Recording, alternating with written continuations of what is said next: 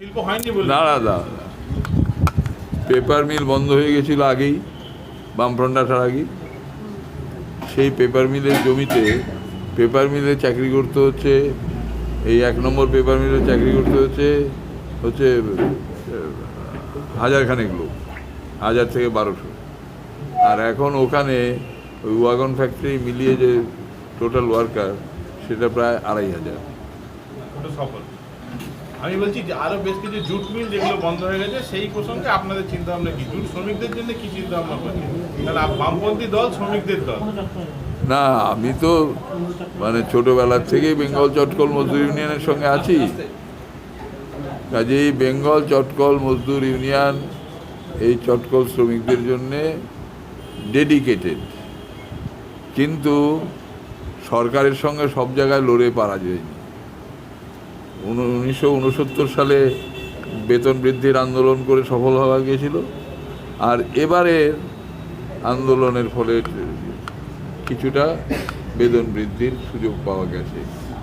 তাও অনেক প্যাঁচ আছে, সে তার মধ্যে আমি যাচ্ছি না। কিন্তু জুট মিল মালিকদের অযোগ্যতা, তাদের প্রোডাকশন করতে না পারা এবং মার্কেটকে ফিট করতে না পারা, এবং কেন্দ্রীয় সরকারের যে পলিসি প্লাস্টিক, সেই সব মিলে ইন্ডাস্ট্রিটা ক্ষতিগ্রস্ত হচ্ছে।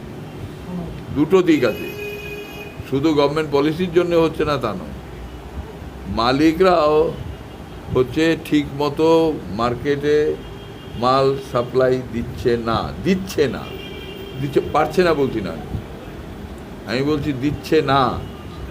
I can charge them straight, সামনাসামনি, যে তার ফলে এই কাজে এবং দিচ্ছে না। তার প্রধান কারণ হচ্ছে যে কত কম ইয়েতে লেবারে কত টাকা সাইফন করা যায়, কত অল্প আয়াসে বেশি টাকা সাইফন করা যায়। এই দাদা, ইন্ডাস্ট্রিয়াল মাইন্ড নেই। The mindset is not in industry, pro industry. The mindset is to extract money, টাকা খিঁচে নাও যেভাবে পারো। এর ফলে চটকলগুলো এখন চটকলের রাইজিং পিরিয়ড হওয়ার কথা। আমি মনে করি this is the rising period of jute mills. এখানে বিদেশের মার্কেট ধরার অনেক সুযোগ আছে। আমাদের চাইতে বেশি পার্সেন্টেজে, টোটালে না, পার্সেন্টেজের দিক থেকে আমাদের থেকে বেশি বাংলাদেশ বিদেশের মার্কেট ধরেছে। স্যার, ভোটের প্রশ্নে আসি, আপনার কাছে সব রাজনৈতিক দলে আশীর্বাদ দিতে আসছেন, তাহলে কি আমি সিপিএম ছেড়ে দিয়ে সে সব রাজনীতি ঢুকে পড়বো? এটা যদি ভেবে থাকি তাহলে তাই ভাব। না না, হ্যাঁ, টিপস কি লাগবে ইলেকশনে? আবার টিপস? ইলেকশনে ওরা পয়সা খরচ করে ভলান্টিয়ার আনে। হ্যাঁ, বিজেপির 3000 টাকা পার ডে, আর এদের 600 টাকা per day. This is the difference. Pilu 3টে গান গেয়েছে আর 2টো গান লিখেছে। পিলু মরে গেছে, সে বিজেপিতে জয়েন করেছিল। আমাকে টাকাটা পেয়েই ফোন করেছে, বললো যে তোর এত টাকা, আমি 3টে গান গিয়েছি, আমাকে 1.5 লক্ষ টাকা দিয়েছে। তো ওই টাকা দিয়ে ভোট করে।